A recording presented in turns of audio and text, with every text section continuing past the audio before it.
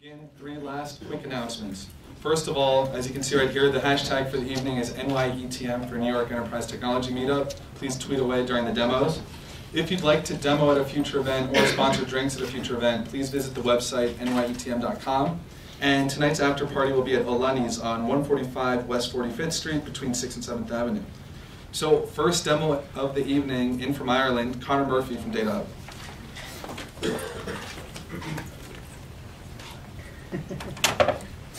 Thanks, John. Being Irish, I said I'd come up here with something stereotypical to start off with, but it's also indicative of what I'm going to talk about, what DataHug actually does, so I'll put that down here. So my name is Connor Murphy, my company is DataHug. As a company, we're just over 3 years old. We've raised over $5 million. We're headquartered in Dublin, but we definitely see ourselves as a global company with the same ambition levels as Silicon Valley company. We've attracted investors like Ron Conway and DFJ Esprit in Europe as well. And our core mission is to solve who knows who, to make the world a smaller place and to help you and your colleagues understand the relationships and the networks that are hidden in your businesses today. So, open with networking. Why are we all here tonight, right? We're all here to hear me speak, I doubt it. We're probably more realistically here to build our networks, to recruit, and networking is a job we do every day. Every time we communicate with someone, send a tweet, send an email, answer the phone, we're doing micro networking tasks. We're interacting with people and we're understanding their needs, their problems, and letting them learn about us equally. So I think about where networking is so important. It's something we do 4 hours a day just in our inbox alone, just networking through there. But it's very, very difficult then to share that beyond yourself and share that within a company. So imagine we've got 100 people here today and we're all working together for Murphy Consulting Group. Welcome aboard. The pay sucks, but the boss is awesome. So we're all working with Murphy Consulting Group and we all go back to our offices and desks. We're in San Diego, we're in San Francisco, we're in Dublin, we're all over the world. How can I begin to tap into that network? How can I begin to tap into my colleagues and how can I use that for sales, business development and so forth? That's the challenge I lived with every day in my career when I worked in consulting, when I worked around the world. And I bet you many of you guys have that problem as well. Because the world really works on who knows who. That can really help you get in the door, can give you insight, and can really help you facilitate what you need to get done, those jobs you need to get done that networking will help you solve. So that's what DataHug does, and I'll talk about how we do it, but what are the solutions and options today? So we have CRM solutions, we have email, we have LinkedIn, we have a variety of solutions to capture and share our networks. And they're really, really optimized for me as an individual to manage my own network. I can check my own inbox, I can check LinkedIn and so forth. But for a company, analysts are estimated up to 90 to 98% of companies' contacts are never captured by the CRM, are never captured internally. So think of sales people may have access to the CRM, but 70% of CRMs fail because nobody can enter that data, no one can maintain it, and we all love those tasks, those admin tasks around that. So also your sales engineers, your legal team, your marketing team, they don't necessarily always have access to the CRM as well, usually due to cost. So think of this CRM as that big shiny expensive car that you bought. It's sitting outside, you spent 100 grand on it and you're proud as punch of it, but now you forgot to budget for the fuel, you got to budget for the data, you forgot to budget for all that time and energy you have to do, go out there cleaning the data, filling it up with gas every week and doing the mileage. It actually makes the system work. And that's what data can begin to help do. So how do we do that? We do it automatically. So we look at how you work, you get the business card at the networking, you drop them an email and you start networking, building that relationship. So what DataHug does is it analyzes your communications. It analyzes your company's emails, contacts, calendars, phone calls, all of the business-owned private information that exists within the company. What does that mean? We then take the header information, not the contents, just who you're interacting with, and we can build a picture of who knows who, how well they know them, work at a relationship score. We know each other 4 years, we've been on 500 emails, we've had 15 meetings, versus your colleague who's been on one email with 500 other people on a BCC. So we can score those relationships. We call that our hug rank algorithm, little nerd homage to Google's page rank algorithm. And then what we do is we have analytics around that, so you can see how the relationship has evolved. How are you servicing your clients?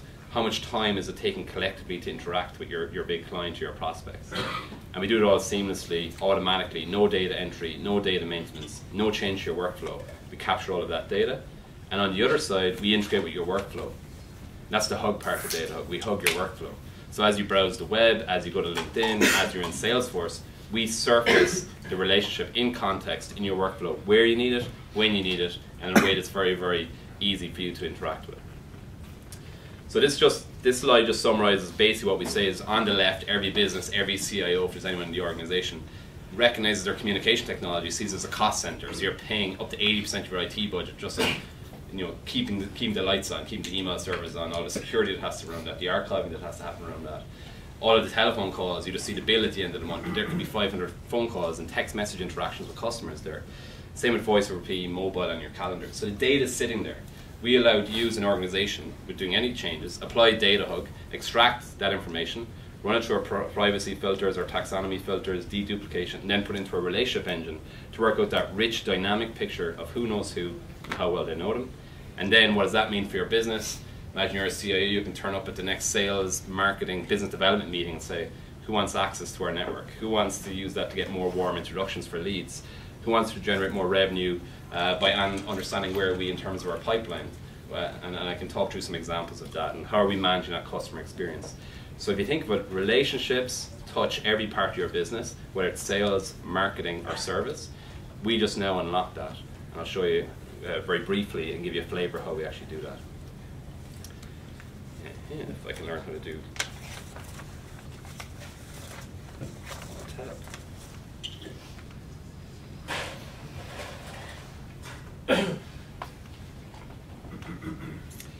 So here is actually DataHug in action. So here I've actually just searched for, I'm actually at a conference here on Thursday run by the Web Summit guys. So what I've done, I just go to DataHug, I type in Web Summit and I bring up the profile page. This is all automatically generated using your existing data that you have in your business today. So on the left hand side we see the Hug rank 71 out of 100, so we have a really strong relationship score. So imagine 2 minutes earlier I was trying to get into this conference, or maybe this is a client, or maybe this is a company I'm looking to recruit from, acquire, or it's a VC I'm trying to get an introduction to. I now know that we know 35 people at the Web Summit, all automatically based on the emails and people interactions at that domain. We've had over 500 email interactions with that organization in 3 meetings. So here, Paddy Cosgrave, I don't know if any of you have heard of Paddy. He's set up. It's the biggest technology conference in Europe, and they're actually expanding overseas this year. So they had 4,000 people in Ireland alone. They only started this 2-3 years ago. They also have conferences like Founders. We're going to Thursday, where you'll have the founders of Box.net, and you'll have Jack Dorsey, and all these guys will be at it as well. So a hugely powerful network to get access to. So I'm delighted that I can see now in my company that someone knows Paddy, who knows them, and I can see my 15 colleagues which know Paddy, ordered by relationship score. It's not where contacts that don't really matter, but I can see who's got the strongest relationship score. You can see it's myself. You can also get a sense of how the time dimension to that relationship. So it's more dimensions that you'd normally get on a LinkedIn or in Google. You might see we're connected, but you don't see the relationship strength. You don't see when we last spoke. You don't see when we're next speaking. So you get to see all this information automatically. So that's hugely powerful for me to get my warm introduction, to get my insight, to get my intelligence, and think of all the use cases where this could help. You're thinking of buying Zendesk. You go to Zendesk and say, oh, 3 of my colleagues already know people at Zendesk. We find out we're actually trying that product already. Left hand, right hand joined up together. So recruitment, marketing, sales. There's several use cases our clients are using this. And our clients range from include very relationship-driven businesses. So we have about 30 plus VC firms over on one side. I'm sure some of you know the VC industry out there. Very relationship-driven, very networking-driven. We have one of the big 4 global accountancy firms on board. We have the biggest talent agency in Hollywood on board. Private equity, finance, banking, one of the biggest banks in Silicon Valley, one of the biggest banks in the world coming on board shortly. Very relationship-driven businesses who have all of these great people, like my great colleagues here at Murphy Consulting, but no idea who knows who, when they last spoke, or how that relationship's evolving. We've now sold into Web Summit, let's say, and they're our clients. I now want to get a sense from our customer experience or our service point of view. I get to see analytically how that relationship's been evolving over time. So you can get to see the first introduction was through Paddy Cosgrave actually reaching out to us. But above the line here is us talking to them. Not just me, us collectively as a group in Murphy Consulting talking to our client, them talking back to us. Picture now you're my VP of sales and I tell you I'm about to close a deal with Web Summit. You see I'm talking to them all day. They're not talking back to us. That could be a worrying sign. We all learned that in our early dating years when we were 13 or 14. You ring the girl or the boy a few times. Never happened to me, obviously. You ring them a few times, they don't answer you, call you back. Painful memories. And then equally here as well, it's the same intuitive approach to sales. So you're like, yeah, the optimistic sales guy, yeah, I'm about to close Accenture, email him the whole time. They're not getting back to you. Take the hint. There's something wrong with this deal. There's some potential risk. Equally move it down the line. We've now closed the Web Summit guys. How is that relationship evolving over time? How much cost is involved? Who are the hidden heroes in that deal? The guys in pre-sales, the guy in legal who are actually keeping that relationship alive, And as an account manager or senior level executive, I may have no idea of all of these hidden interactions that are happening in my business today. Hugely powerful, hugely simple. And also as well, you know, you've gone from hunting mode, now we're in farming. How are we growing that account? So April last year we knew 9 people there. We've now grown that to 35, so we've actually grown our headline number. We've started penetrating into the account. But equally, it's not just about the fact we know 35 people at the Web Summit. It's very important that actually they're active. So the green are actually, in the last quarter we've spoken to them, but there's 9 people. There's over 50% of the relationships at Web Summit we haven't spoken in 3 months, 6 months, or a year. So maybe we want to do some nurturing with this account here. You know, we're all here at Murphy. We all thought we were reaching out to Paddy, but you know, you didn't do it, you didn't do it. None of us did it actually. So no one's spoken to Paddy in 6 months, and renewals coming up, you know, in 2 months, and no one has spoken to our key sponsor. You know, it happens, and it happens far too often at the biggest firms in the world. So that's kind of the core proposition centrally from a product point of view. I just want to touch, just checking my time, touch as well on the hug part of DataHug. So you don't have time to enter data, it sucks, it's not valuable, the data's there, let's extract that automatically, mine it, make it intelligent. We do that. You also don't have time to discover that data. You're too busy networking, you're too busy at these events. So what do you do naturally in your workflow? And we're obsessed with UX and big experience and big insight in the enterprise. Because everyone talks about big data, without getting the insight where and when you need it, it's useless, it's lost, it's just trapped in another silo. So here's a really good example of actually just literally 2 minutes ago. I was like walking in here and I'm kind of a bit disorganized. I've been here all week and it's like Cooley. I know that name from somewhere. I need to figure it out. So I just went to Cooley.com, second here of a website, and this is slightly embarrassing but true. So our little browser plugin here recognizes where I am, pulls me from our whole relationship network, where I need it, when I need it. We know 3 people at Cooley. So I don't know if you can see up the top right hand corner there.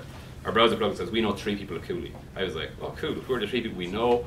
Who are they? Maybe I can reach out to them, I can check what's the background. Are we selling? Cooley could be a client, I don't know. Someday, if anyone from Cooley's in the room. So I click on this and I go into Cooley and I see our taxonomy, it's law practice, San Francisco. Heck, we've had 15 interactions. The most embarrassing part of this screen is that my name is on the right hand side. I know Cooley. I didn't even know that I was interacting with Cooley. We've actually had 15 interactions with Cooley in my workflow. So imagine how embarrassing it would have been if I was there pitching. I met Babek or Maureen. Are you in the room? Hopefully not. Apologies for not following up on emails.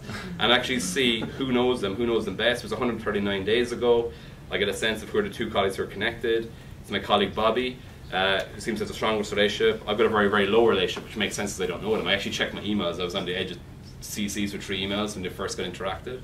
And I got a sense from the analytics as well when it was and how did that relationship go. You know, we sent them 4 and I got back 1. The dating didn't go too well. But you can see it was a flurry of activity, and that was actually October, and I checked. That was when the Web Summit was on in Dublin, so I think someone from Cooley was there, but it was a hectic time. We never ended up meeting. But that's insight in my workflow where I need it. Imagine I'm working on the banks here, and I'm about to ring up some private wealth guy. I'm like, oh, we'd love to manage your 10, 20 million, and you go like, yeah, your colleagues were pitching me 2 months earlier. Did you not know about it? Or, you know, hugely embarrassing, hugely simple, but it happens every day. Left hand, meet right hand. Something else I'm going to work in even more into the demo. Where do you go when you hear about 5 minutes? High five, okay. Where do you go in your workflow? So you go to a company's website when you hear about them. But let's step back a bit. You're doing research. You're building your marketing campaign. You're building your list. You're going after the VCs. You're going after your new target market. You're going after your new territory. You know, like a lot of the times we end up starting on Google. So here I've just typed in private equity firms London. Let's say as a campaign I'm going after. Again, we inject into your workflow as you're going. These are the relationships. So I can see your Terra Pharma partners, 3i, Schroders. I can just hover over and it says 20 people. So it just gives me a small information sent in my workflow where I need it. Hugely valuable, saved me an awful lot of research time and everything as well. So I can click on that and see the information on DataHug. So that's my workflow. So this is where you need to think, if you're entrepreneurs in the room, you need to think about, okay, getting the data is one big part of the equation, and then presenting that back really, really intelligently and succinctly. So where do you go when you hear about Jonathan? You get the invite to New York Enterprise Tech Meetup. You see this lovely picture, you're like, oh, I want to learn more about this guy. So I might go to LinkedIn. So I have my big meeting coming up, and I reach in to Jonathan. You'll see actually we're secondary connections. He obviously is ignoring my invite request. He has a strict filter, but I appreciate that, and I recognize that as a real important person. So hopefully after this meeting, Jonathan will be peer pressured into accepting my invite. I don't think we've sent one actually, so it worked out great. So here I'm now a secondary connection through a few people down here, and you know, LinkedIn, we love it, we think we're complementary. So we're the other side of the coin. We're that relationship side of the coin. Here, you see we injected in, we looked at the page, we're not doing any scraping, we're not taking anything back here, we're just putting an extra relationship layer from your company, from your network on top of what you do today. So don't try and change anyone in the enterprise. Try and make their existing workflows smarter. Try and make it more productive, more effective. Here, again, we saw NYTM in your profile. We said, you know what, Connor? We know a Jonathan, who NETM, maybe this is the guy, and I'm not connected to him. But one of my colleagues who would be third degree connection would actually see this as like a first degree connection. And think of it, it's hugely powerful. Probably 50% of my contacts at a senior level, I don't add them on LinkedIn because I'm just broadcasting to my competition. I'm broadcasting to the other VCs. Guess where I was, guess who I was talking with. I'll add them probably 6 months later, 3 months later. So it's not always up to date. And I met with a great company, Relationship Science, there yesterday. They estimated that 40-50% of their database isn't in LinkedIn. The senior guys are not LinkedIn, and they aren't always there. I love LinkedIn myself, but there's cases where it's not there, and it doesn't tell you the strength of the relationship, it doesn't tell you when they last spoke. So very complimentary in your workflow. And here's Jonathan. Who's he introduced us to? Who do we know? So we know the tech announcement, so that's not a great example, but it's great that we know them. But I could look at other people like one, measure. This is great. Whoever's got a board, whoever's on your board, deploy DataHug and find out the value add. It's not about the money in VCs, investors, and it's about the network they're going to give me access to.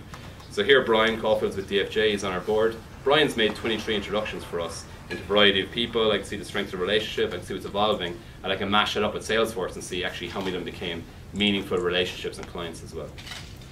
So that's an introduction to DataHug. That's an introduction to what we do, the problems we solve, how we solve them, and we're getting where we are as a company. We're growing extremely fast. We're just opening here in San Francisco and New York. We've hired people on the ground in both cities, and we've already have people on the ground in London.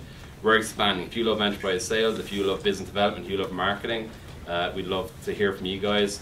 We have our R&D engineering, so if any of you great engineers want to spend 2 years in Dublin, greatest city in the world living for an engineer, you walk to work, an hour and a half in Barcelona, Berlin, wherever you want to go, come to Ireland. Look out the window, there's Swerve, another $9 million company with Ron Conway, HubSpot down the road. All of the companies that are expanding from Silicon Valley anywhere in the world start off in Dublin, so there's a great tech ecosystem there.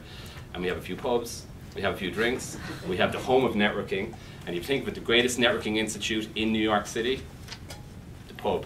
There's an Irish bar on every block and every corner. It's in the Irish DNA. It's why we're here. We're networking. We're spreading the message. So, on that note, DataHug's automating the pub. If you are looking to unlock your hidden network in your organization, go to datahug.com, register your interest. You can actually sign up and have a trial and get going. If you're developers, we're launching our API where you actually can mash this up with other information. You can pull this out and mash it up with Crunchbase API, mash it up with maps, do whatever you want, integrate it into your workflows.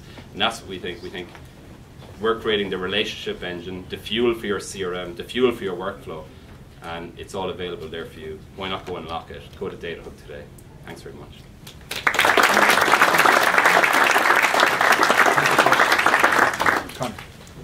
Oh, and questions. I'll go back to the beer. I'll go back to networking technology 1.0.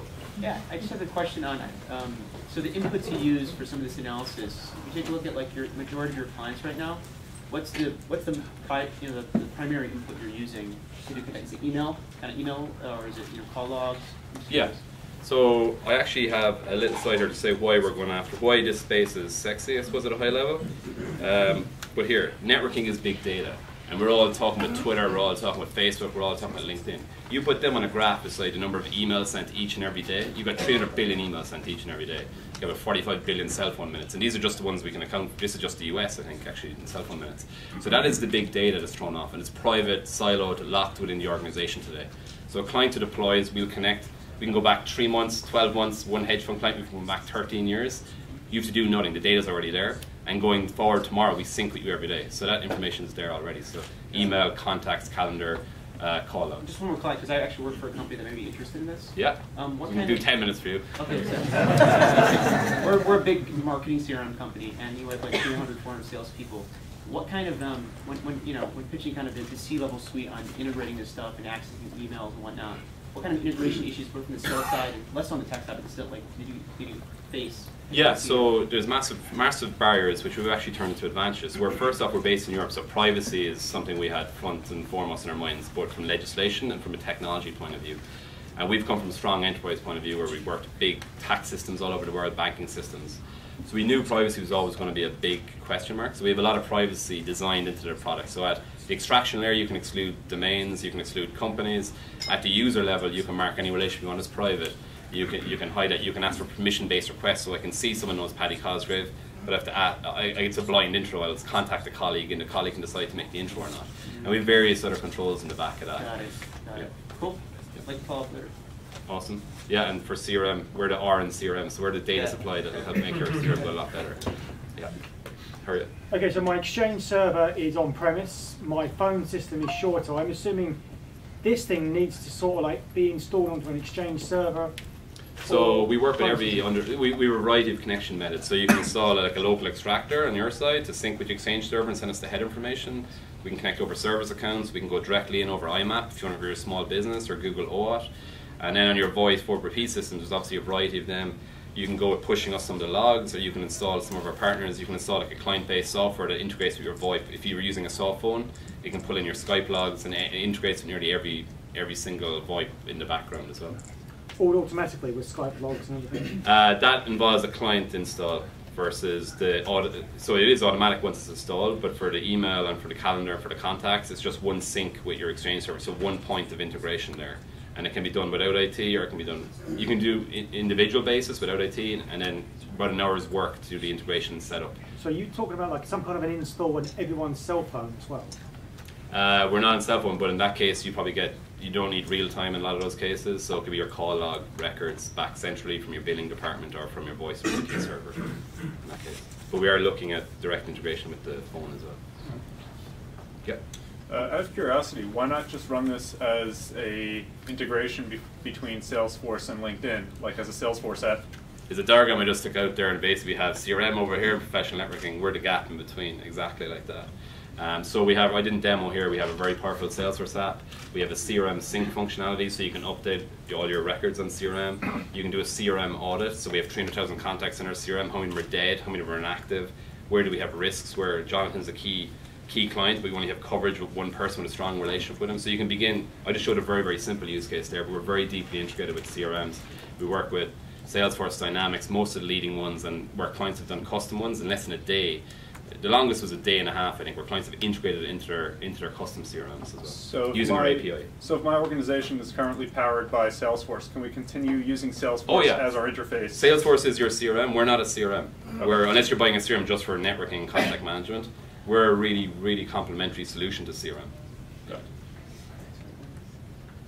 And typically as well, you'll find with CRM, you might have 10, 20, 30% of the companies access to the CRM, so even if they're very diligent in updating the contacts, you know, the guys in engineering, finance, all of these other divisions won't have access to the CRM, but they're all on email, they're all building networks. And we unlock up to about, 1,000-person organization, we'd be looking at unlocking about 1 million plus contacts and maintaining those relationships every single day. You know, are they active, are they fading, are they cold, when do we next speak, when do we next meeting? So does it also upload my CRM contacts to your cloud for use with cross-referencing other people's companies? We cross-reference, we will push our data. You can import, you can do bidirectional sync with your CRM, yeah. So for example, 1 minute. Last one more. I have view in Salesforce, so here I could click this, and I won't open up our Salesforce right now, but you can see we'll do a match into Salesforce and so forth. Yeah. So Salesforce and LinkedIn are very important parts of your workflow. So, yeah. What's the competitive landscape look like? I mean, I've heard of large companies doing this previously, some custom, maybe some driven by vendor solutions. What do you see out there as competition? Yeah, it's a great question. I think we're probably the third generation to really attack this space. I think the first generation were in the early 90s. It was very difficult to integrate with technology, get access to it. The second generation then had a lot of client-based stuff, so like 2004, 2005, there was a lot of activity around there. You had to install a client, your Outlook would crash and all, like Zobni and those kind of problems would happen. So we don't want to go near the client. And also as well, I think LinkedIn has created a great awareness of the value of business networking now as well. So I think the timing is more right now. We've encountered a lot of clients who have actually had these solutions in the past or had some legacy ones and are now want a cloud solution. They built it themselves, they realized how complex it was, all the demerging, duplication, the taxonomy, the cleansing, the relationship scoring. So they really see us as a valuable partner in that space. Cool. Thank you very much.